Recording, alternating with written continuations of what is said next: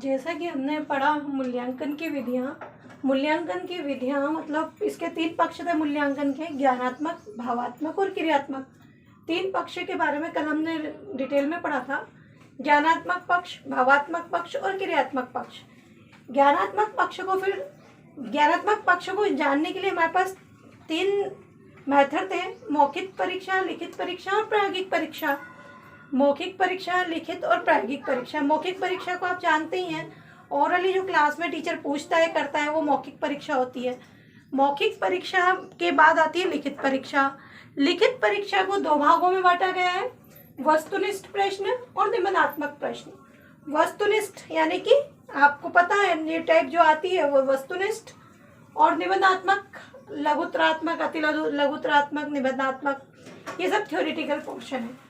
वस्तुनिष्ठ को फिर 2 भागों में बांटा है, प्रत्यय स्मरण और प्रत्यभिज्ञान। प्रत्यय स्मरण और प्रत्यभिज्ञान ये अपन आगे पढ़ेंगे।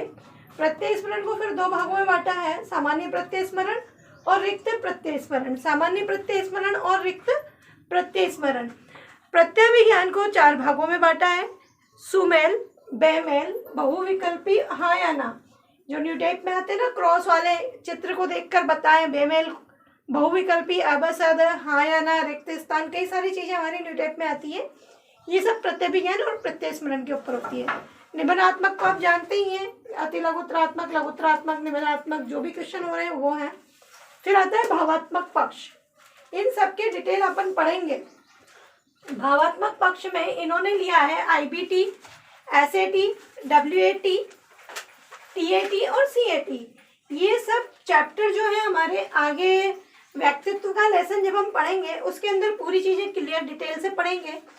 व्यक्तित्व के अंदर हमारे को सारी चीजें इन्होंने बताई है कि व्यक्तित्व के बारे में जब हम पढ़ेंगे तो व्यक्तित्व की विधियां हैं। ये व्यक्तित्व को चेक करने के लिए हम इसको व्यक्तित्व मापन की विधियां हैं जिनको हम अच्छे से डिटेल से पढ़ेंगे। जैसे कि शॉर्ट में मैं आपको बता दूं, IBT शाही धब्बा परीक्षण। IBT होता है शाही धब्बा परीक्षण। शाही धब्बा परीक्षण स्विट्जरलैंड में हर्मन रेशो ने दिया था। IBT क्या है? शाही धब्बा परीक्षण, इंक ब्लैक टेस्ट। ये हमारे को किसने दिया था? रोशन रेशो ने दिया था, हर्मन रेशो ने दिया था, स्विट्जरलैंड में दिया था। इसमें क्या था, 10 कार्ड लिए गए थे। 10 कार्ड में 5 काले, 3 रंगीन और 2 भूरे थे।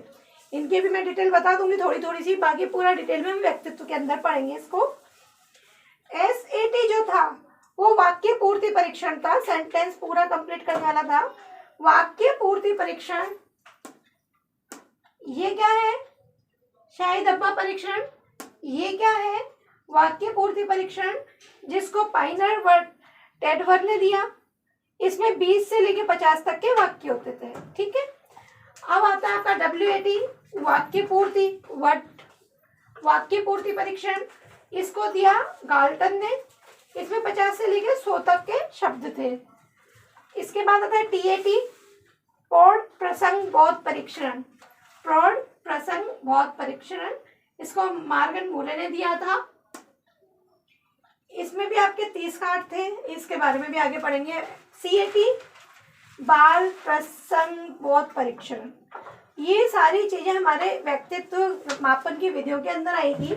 व्यक्तित्व मापन की विधियों में अपन सबको एक एक करके पढ़ेंगे, IBT को, SAT को, WAT को, TAT को और CAT को। IBT का मतलब हमने अभी शॉर्ट में देखा है, शाही धब्बा परीक्षण। शाही धब्बा परीक्षण हर्मन रेशो ने दिया।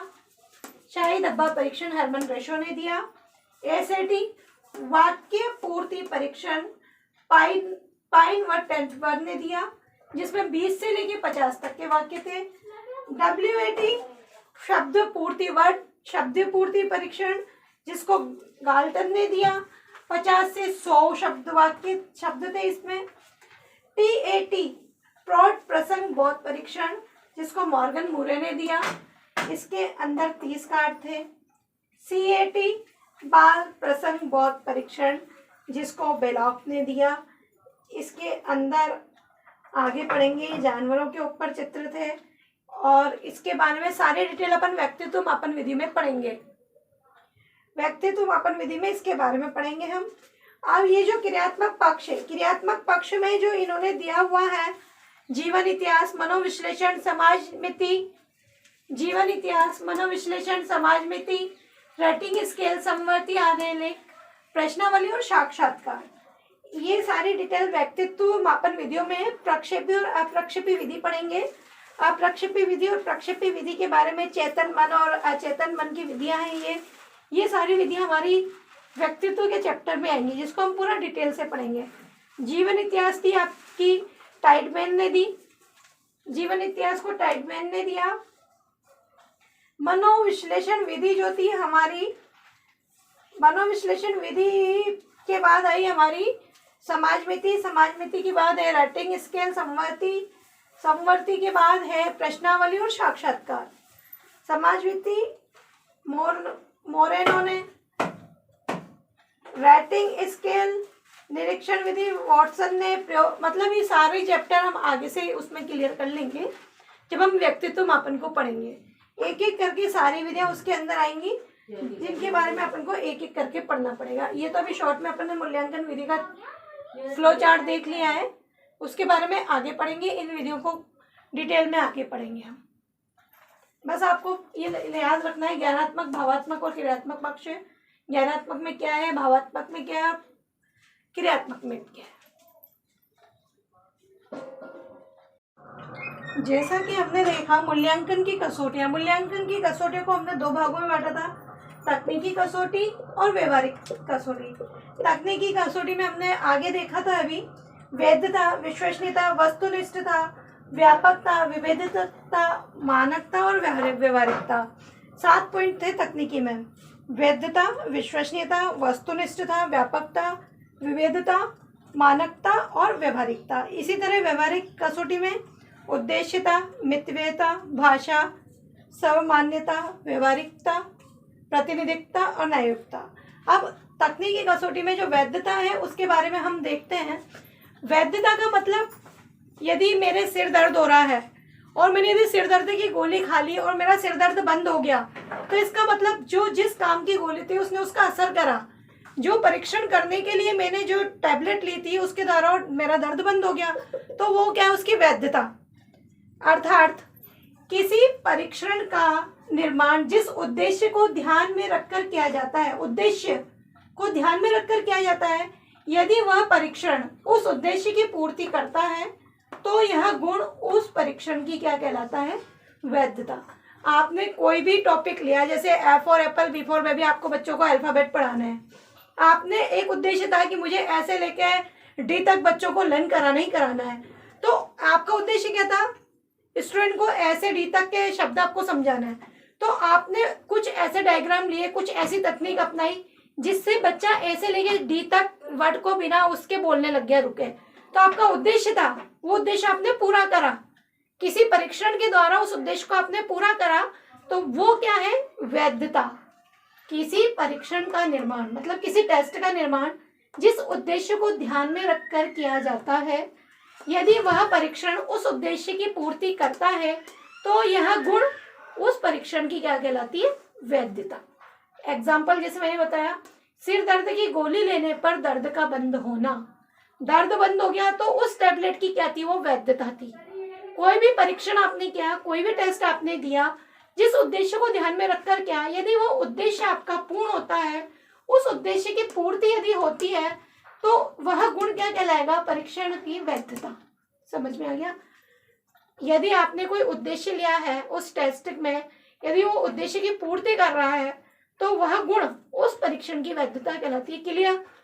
सिर दर्द की गोली लेने पर दर्द का बंद होना उस गोली की वैधता है। समझ में आया। उद्देश्य की पूर्ति होनी चाहिए आपकी, यदि उद्देश्य की पूर्ति है तो वो क्या है, वैधता कहलाती है। सेकंड पॉइंट था विश्वसनीयता।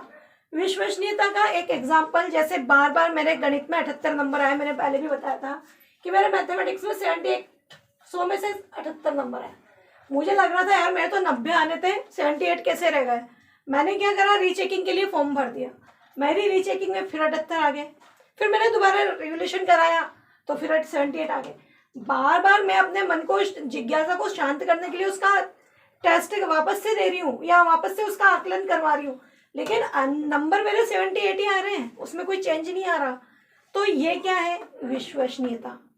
आप किसी भी चीज को बार बार करो। जैसे मैंने किसी छात्र को बताया कि ए फॉर एप्पल होता है, बच्चे ने खूब अच्छे से लर्न कर लिया। 10 टीचर ने आके बोला ए फॉर एप्पल नहीं होता, बॉल होता है। बच्चा कहता नहीं, ए फॉर एप्पल ही होता है। बार बार बच्चा उसी चीज को रिपीट कर रहा है जो उसने समझा है, जो उसका आंसर है। तो वो क्या है? उसकी विश्वसनीयता। किसी परीक्षण का बार बार अंकन करने के उपरांत भी उसके अंकभार में परिवर्तन ना हो। आप बार बार उसका अंकन कर रहे हो, बार बार उसको जोड़ रहे हो, लेकिन उसके अंकभार में कोई परिवर्तन नहीं हो रहा, वही अंक प्राप्त हो रहा है जो पहले प्राप्त हुआ था। तो वो क्या है? विश्वसनीयता। दोनों चीजें अलग अलग हैं। वो तो वैधता तो क्या कर रही थी? उद्देश्य की पूर्ति कर रही है। वैधता का मतलब जो परीक्षण आपने जिस उद्देश्य से किया है, यदि वो परीक्षण आपके उस उद्देश्य की पूर्ति करता है तो वो क्या कहलाती है? वैधता। विश्वसनीयता क्या है? मैं बार बार किसी परीक्षण का अंकन कर रही हूँ, उसके टेस्ट के रिजल्ट को बार बार चेक कर रही हूँ, वो रिजल्ट सेम ही आ रहा है, उसमें कोई चेंज नहीं हो रहा। जब किसी रिजल्ट में या अंकभार में परिवर्तन ना हो बार बार उसको दोहराने के बाद भी, तो आपकी विश्वसनीयता कहलाती है। जैसे कि किसी परीक्षण में प्राप्त किए गए अंकों को दोबारा से अंकन करने पर वही अंकभार प्राप्त हो रहा है, अंकभार में कोई चेंज नहीं हो रहा। आप परीक्षा की कॉपी को बार बार चेक करवा रहे हो, लेकिन न तो नंबर बढ़ रहे हैं ना नंबर घट रहे हैं। तो वो क्या है? उसकी विश्वसनीयता। विश्वसनीयता में अंकभार में परिवर्तन नहीं आएगा। जो एक बार रिजल्ट है वही रिजल्ट आपके बार बार दोहराने के बाद भी वही रिजल्ट आएगा। तो वो उस वस्तु की क्या कहलाती है? विश्वसनीयता। वैधता, उद्देश्य की पूर्ति। विश्वसनीयता, बार बार उसको रिपीट करने के बाद भी रिजल्ट सेम आ रहा है, अंकभार में कोई परिवर्तन नहीं आ रहा है। तो वो क्या है? मूल्यांकन की विश्वसनीयता। ये हम मूल्यांकन के अंदर, मूल्यांकन की कसौटी के अंदर पढ़ रहे हैं। मूल्यांकन की कसौटी में भी ये तकनीकी कसौटी है। एक तकनीकी कसौटी पढ़ा था, एक व्यवहारिक कसौटी पढ़ा था। तकनीकी कसौटी में फर्स्ट पॉइंट था वैधता, सेकंड पॉइंट था अपना विश्वसनीयता। दोनों के लिए अब है वस्तुनिष्ठता। वस्तुनिष्ठता किसी परीक्षण का अलग अलग परीक्षकों के माध्यम से अंकन करवाना, उसके उपरांत भी अंकभार में परिवर्तन ना होना। अर्थात जैसे कोई भी एग्जाम्पल है, आगे का लिया हमने विश्वसनीयता, वैधता, उसी तरह वो तो एक टीचर ने चेक करा, आपके मार्क्स आए, आपने मेरे द्वारा किए गए 78 थे, फिर दूसरे टीचर से कराया तो भी 78 है, तीसरी टीचर से कराया तो भी 78 है। एक ही परीक्षण को अलग अलग परीक्षकों के द्वारा अंकन कराने के बाद भी आपका अंकभार में परिवर्तन नहीं होता, सिमिलर आता है, वो आपकी कहलाती है वस्तुनिष्ठता। जैसे हमने एग्जाम्पल में दे रखा है, राजस्थान की राजधानी जयपुर है। अब जयपुर है तो जयपुर ही रहेगी, वो उदयपुर, कोटा, दिल्ली नहीं होगी। आपने एक में लिख राजस्थान की राजधानी जयपुर है, तो ये आप 10 टीचर से चेक कराओगे तो भी जयपुर है, एक टीचर से चेक कराओगे तो भी जयपुर है। कोई इसमें करेक्शन करके उदयपुर नहीं कर सकता। ये क्या है? वस्तुनिष्ठता। यदि आपने जो आंसर लिखा है उस आंसर को आपने 4 टीचर से चेक करा लिया तो भी आंसर जो आपने लिखा है वही है, उसमें कोई परिवर्तन नहीं आ रहा है, तो वो है वस्तुनिष्ठता। सूरज पूरब से उगता है तो इट मीन्स पूरब से ही उगेगा। बच्चे ने लिखा है पूर्व, हमने लिखा सूरज किस दिशा से उगता है, तो बच्चा लिख रहा है पूर्व दिशा से उगता है। अब चाहे वो 10 टीचर चेक कर लें तो पूरब ही रहेगा, पश्चिम नहीं कर देगा कोई टीचर उसको।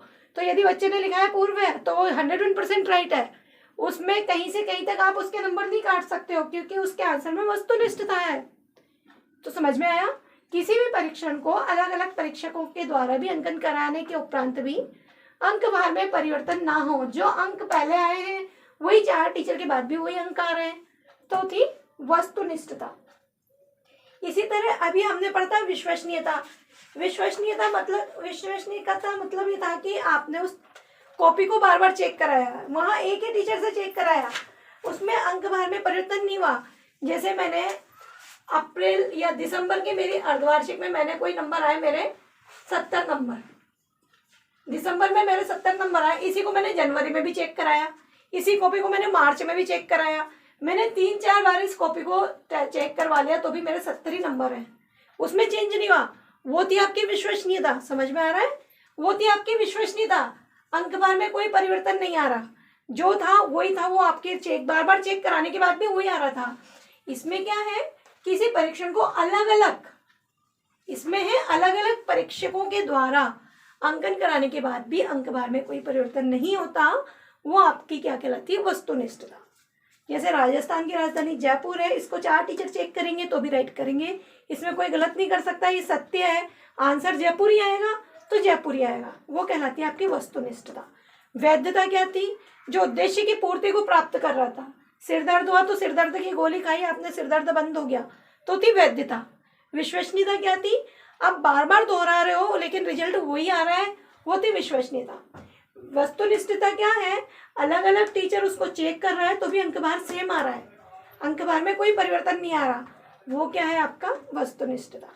अब आती है व्यापकता। व्यापकता नाम से ही पता पड़ रहा है, जिसमें पूरा संपूर्ण सिलेबस पूर्ण हो रहा हो, समा रहा हो, व्यापक हो, उसको हम बोलते हैं व्यापकता। एग्जाम्पल जैसे रीट का एग्जाम है, रीट के सिलेबस में आपको 5 यूनिट दी है, तो एग्जाम का जो पेपर आएगा ना वो 5 यूनिट को कवर करता हुआ आएगा। उसमें जैसे पहली यूनिट में से आपके 5 मार्क्स आने हैं तो 5 मार्क्स के क्वेश्चनों को दे देगा, उसमें भी 1 यूनिट को पूरा कंप्लीट करेगा, सेकंड को, थर्ड को, फोर्थ को, फिफ्थ को, पूरी यूनिट को कवर करते हुए वो आपको रीट का एग्जाम लेगा। जैसे वार्षिक परीक्षा होती है, हर एक चैप्टर में से कुछ ना कुछ मैटर देता है, तो होती है व्यापकता, जिसमें संपूर्ण चीज समावेशित हो, संपूर्ण चीजें समावेशित हो, होती है व्यापकता। जैसे किसी परीक्षण का निर्माण करते समय उसका निर्माण किस प्रकार से किया जाए कि जिसके माध्यम से संपूर्ण पाठ्यक्रम का समावेश हो जाए, ये चीज आपको लर्न करनी है। संपूर्ण पाठ्यक्रम का समावेश हो गया, आपने जब पेपर बनाया तो उसके अंदर आपका पूरा पाठ्यक्रम आना चाहिए, उसको हम बोलते हैं व्यापकता। किसी भी परीक्षण का निर्माण करते समय उसका निर्माण इस प्रकार से किया जाए कि उसमें सारा पाठ्यक्रम सम्मिलित हो जाए, उसे बोली जाती है व्यापकता। ऐसा नहीं कि यूनिट 1 में से आपने 2 क्वेश्चन दे दिए, सेकंड में से 1 भी नहीं दिया, थर्ड में से 4 दे दिए, ऐसा नहीं होता है। जो मूल्यांकन या जो आपका ये बनाया गया है पाठ्यक्रम, वो इसी प्रकार से बनाया गया है। और मूल्यांकन की कसौटी में एक ये बहुत बड़ी चीज है, यदि व्यापकता नहीं है प्रश्न पेपर के अंदर तो उसका मूल्यांकन सही नहीं होगा। मूल्यांकन में व्यापकता बहुत जरूरी है। व्यापकता का अर्थ है जो पाठ्यक्रम है वो आपके एग्जाम पेपर में संपूर्ण आना चाहिए, उसके ऑब्जेक्टिव टाइप क्वेश्चन ऐसे आने चाहिए कि वो सारे क्वेश्चन को कवर कर ले। आजकल जो वार्षिक परीक्षा हमारी होती है वो भी एनुअल ऑब्जेक्टिव टाइप की होने लगी है। ऑब्जेक्टिव टाइप से क्या होता है, एक ऑब्जेक्टिव में 4 चीजें दे देता है, तो उस बच्चे को चारों पॉइंट की नॉलेज है, जब भी तो वो एक से ही करेगा। यदि उसको चारों पॉइंट में कंफ्यूजन है तो उसका आंसर 101% गलत होगा, तुक्का लग सकता है लेकिन उसमें विश्वसनीयता नहीं होगी कि सब बिल्कुल सही है। जैसे उन्होंने बोला सूर्य उगता है पूरब से, पश्चिम से, उत्तर से, दक्षिण से, तो बच्चा पूरब पश्चिम, जब उसका आंसर ही याद नहीं होगा तो हो सकता है वो पश्चिम लगा देगा, हो सकता है वो उत्तर लगा देगा। तो इसका मतलब ना तो उसको पूरब की जानकारी, ना उसे पश्चिम की जानकारी, ना उत्तर की जानकारी। जो गलत कर रहा है उसकी भी जानकारी नहीं है और जो सही है उसकी भी जानकारी नहीं है। तो ऑब्जेक्टिव टाइप क्वेश्चन जो बन रहे हैं आजकल वो इसलिए ज्यादा प्रेफरेंस में दी जा रही है कि उसके अंदर संपूर्ण सिलेबस कवर हो जाता है। निबंधात्मक में तो क्या है, बच्चा कुछ भी लिख देगा रामायण, वो हो सकता है वो सही भी हो जाए, लेकिन जो वस्तुनिष्ठ है, वस्तुनिष्ठ में तुक्का नहीं लगेगा, उसमें तो आपको याद होगा तो ही आप लिखेंगे, नहीं तो नहीं, आपका आंसर गलत होगा। इसलिए आजकल वस्तुनिष्ठ प्रश्नों के द्वारा वार्षिक एग्जाम को लिया जाता है। जितने भी बड़े बड़े एग्जाम है सब ऑब्जेक्टिव टाइप होने लग गए, जिसमें अवसद हो गया, रिक्त स्थान हो गया या कुछ भी हो गया। इसलिए व्यापकता का अर्थ संपूर्ण पाठ्यक्रम का समावेश, वस्तुनिष्ठ, चाहे आप किसी से भी चेक करा रहे हैं आंसर एक ही आना चाहिए, उसमें कोई गलती नहीं होनी चाहिए। विश्वसनीयता, वैधता, वस्तुनिष्ठता और व्यापकता। अगला पॉइंट है अपना विभेदकारिता। विभेदकारिता अर्थात परीक्षण का निर्माण या किसी भी टेस्ट का जो आप टेस्ट में एग्जाम में जो सिलेबस दे रहे हैं वो इस प्रकार दें कि छात्र के भौतिक स्तर को भी ध्यान में रखा जाए और कक्ष को भी ध्यान में रखा जाए। ऐसा ना हो आप LKG के बच्चे को बोल दें 2 की टेबल लिखो, या 3rd क्लास के बच्चे को बोल दें कि मल्टीपल आपने उसको वो दे दिए, गुणनखंड ऐसे कुछ दे दिए जो बच्चा सोल्व नहीं कर पा रहा। लेवल तो उसका 3rd क्लास का है, क्वेश्चन का पेपर पैटर्न है उसका 5th क्लास का, तो बच्चा सोल्व नहीं कर पाएगा। LKG वाले क्लास के बच्चे को बोल दो आप कि है ना बेटा एक थ्रस्टी क्रो की स्टोरी लिखो आप, तो बच्चा थ्रस्टी क्रो तो थ्रस्टी नहीं जानेगा, क्रो भी नहीं जानेगा। तो विभेदकारिता कहती है कि बच्चे की योग्यता के अनुसार, सिलेबस के अनुसार उसके पेपर को बनाना चाहिए। किसी भी टेस्ट को, किसी भी परीक्षण को, किसी परीक्षण का निर्माण छात्र के भौतिक स्तर को ध्यान में रखकर किया जाए तथा वो परीक्षण कक्षा कक्ष का वर्गीकरण करने में भी सहायता देता है। मतलब कक्षा कक्ष जिस कक्षा का हो उसकी ही परीक्षण लिया जाए, उसी के टेस्ट पेपर को बनाया जाए। जो विभेदकारिता है वो बच्चे के भौतिक स्तर को और कक्षा कक्ष के वर्गीकरण को ध्यान में रखकर की जाती है। LKG के बच्चे को LKG के लेवल का ही क्वेश्चन पेपर दो, 5th क्लास वाले को 5th क्लास का ही पेपर दो। ये कहलाती है आपकी विभेदकारिता। छात्र की योग्यता का निर्धारण इसके द्वारा होता है। छात्र की योग्यता के निर्धारण को विभेदकारिता के द्वारा चेक किया जाता है। किसी भी टेस्ट पेपर को बच्चे के लेवल के अनुसार बनाया जाता है, उसके भौतिक स्तर, उसके मेंटल स्टेट के बारे में देखा जाता है, किस लेवल का बच्चा है उसके अकॉर्डिंग ही उसके पेपर को बनाया जाता है, उसके मूल्यांकन को किया जाता है। 6 पॉइंट है मानकता। मानकता का मतलब है जो आप पेपर बना रहे हैं उसमें ये होना चाहिए कि वो प्रश्न जो पत्र आपने तैयार किया है वो बच्चा सॉल्व कर पाएगा नहीं कर पाएगा। ऐसा ना हो आप टिपिकल क्वेश्चन दे दो। हर प्रश्न पत्र आप देखना जो भी बनता है उसमें 2 क्वेश्चन ऐसे होते हैं कि सभी बच्चे 100% बच्चा कर लेते हैं। जितने बच्चे एग्जाम में बैठते हैं उसमें 2 क्वेश्चन ऐसे होते हैं कि 100 में से 100 बच्चा करता है। कुछ क्वेश्चन ऐसे बनते हैं कि 50% बच्चा उसको करता है, कुछ क्वेश्चन ऐसे बनते हैं कि 70% बच्चा उसको करता है, और कम से कम 2 से लेके 5-6 क्वेश्चन ऐसे होते हैं मोस्ट इम्पोर्टेंट जिसने लर्न करा है वही बच्चा उसको सॉल्व कर पाता है। तो ये क्या है? मानकता, स्टैंडर्ड। किसी प्रश्न पत्र का निर्माण प्रश्न पत्र की कठिनाई और प्रश्न पत्र को हल करने का समय ध्यान रखकर किया जाता है। जो प्रश्न पत्र आप बना रहे हो उसमें प्रश्न पत्र में कठिनाई का स्तर, हल करने में लगा समय, ये सब देखा जाता है। ऐसा नहीं है क्वेश्चन तो दे दिया आपने 1 घंटे का और टाइम दिया आधे घंटे का, सॉल्व करने में उसको 1 घंटा लग रहा है और पेपर का टाइम है आधे घंटे का। तो मानकता में एक तो प्रश्न पत्र की कठिनाइयाँ और हल करने में लगा समय ध्यान में रखा जाता है। इसको आप मूल्यांकन के अंदर भी, मूल्यांकन की कसौटी के अंदर भी मानते हैं कि प्रश्न पत्र का निर्माण किस तरह किया गया है और उसको सॉल्व करने में जो समय लगा है वो कितना लगा है। ये कहलाती है आपकी मानकता। व्यवहारिकता का मतलब यह है कि आपने जो क्वेश्चन पैटर्न बनाया है उसमें बच्चे का पूर्ण अनुभव भी याद आ जाए उसको कि हाँ यार मैंने पहले इसका अनुभव मेरे को पहले याद करा था मैंने इसका क्वेश्चन, तो उसके बेस पे उसका जवाब दे दे। और उसको व्यवहारिक ज्ञान भी होना चाहिए। प्रश्न पत्र ऐसा बनना चाहिए, किसी भी प्रश्न पत्र का निर्माण इस प्रकार से किया जाए कि छात्र अपने पूर्व अनुभव व व्यवहारिक ज्ञान के आधार पर उसका उत्तर दे सके। व्यवहारिकता का मतलब व्यवहार, यानी कि आपने जो पहले देखा है, जो पूर्व स्मृति आपके दिमाग में है, आपको पहले से आपने लर्न किया हुआ है कुछ समय पहले, या उसका आपका अनुभव हो, तो उस अनुभव के द्वारा या उस व्यवहार के द्वारा आप उसमें कुछ क्वेश्चनों को सोल्व कर सको, वो आपकी कहलाती है व्यवहारिकता। ये मूल्यांकन की कसौटियों के अंदर पढ़े हमने। मूल्यांकन की कसौटियों को हमने 2 भागों में बांटा, तकनीकी कसौटी और व्यवहारिक कसौटी। तकनीकी कसौटी के अंदर हमने देखा था सबसे पहले थी वैधता। वैधता के बाद था आपका विश्वसनीयता। विश्वसनीयता के बाद थी वस्तुनिष्ठता। वस्तुनिष्ठता के बाद व्यापकता। व्यापकता के बाद विभेदकारिता, मानकता और व्यवहारिकता। वैधता सिरदर्द की गोली से हमने इसके एग्जाम्पल को समझा। विश्वसनीयता आप किसी भी पेपर को आज चेक कराओ या 6 महीने बाद चेक कराओ, अंक वो ही आने हैं, वो आपकी थी विश्वसनीयता। वस्तुनिष्ठता एक पेपर है जो अंक आपको प्राप्त हुए, आपने 4 जगह अलग अलग जगह उसका टेस्ट कराया तो भी रिजल्ट वही आ रहा है।